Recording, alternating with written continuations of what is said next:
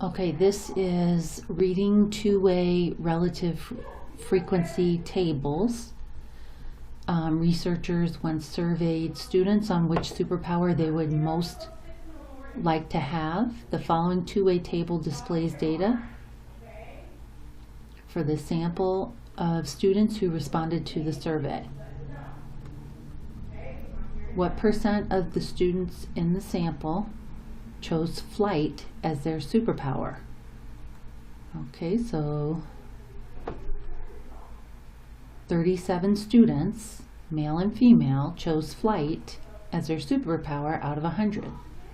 Now it says what percent? Well, percent means out of 100. So 37 out of 100 is 37%.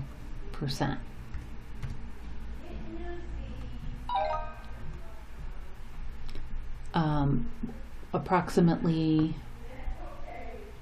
students were surveyed about their preference between dogs and cats. The following two-way table displays data for the sample of students who responded to the survey.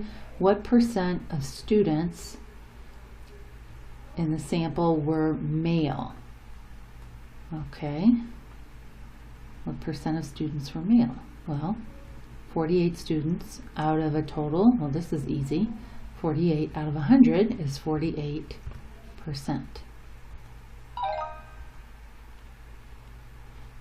What percent of students in the 18 to 22 age group?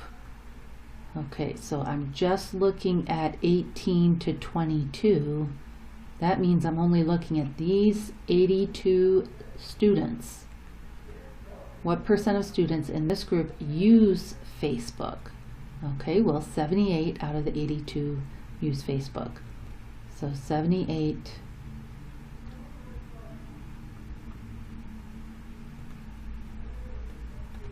let me get my calculator. 78 divided by 82 is 95%.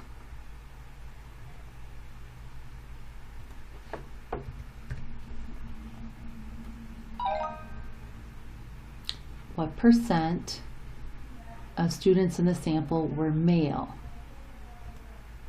Okay, well, these students were male. What percent were male? 50 out of 100, 50%. Okay.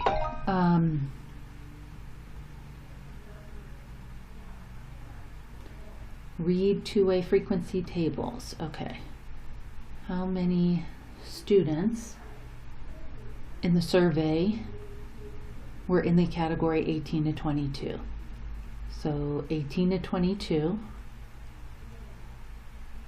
Oh, this is exactly like the one we just did. There's 82 students who were in the category 18 to 22. Probably should have done this one first.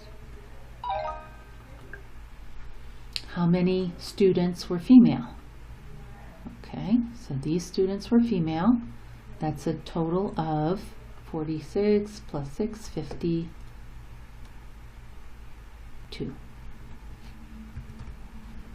Yeah, it makes sense to do this one before you do the other one. How many 18 to 22-year-old students responded that they use Facebook?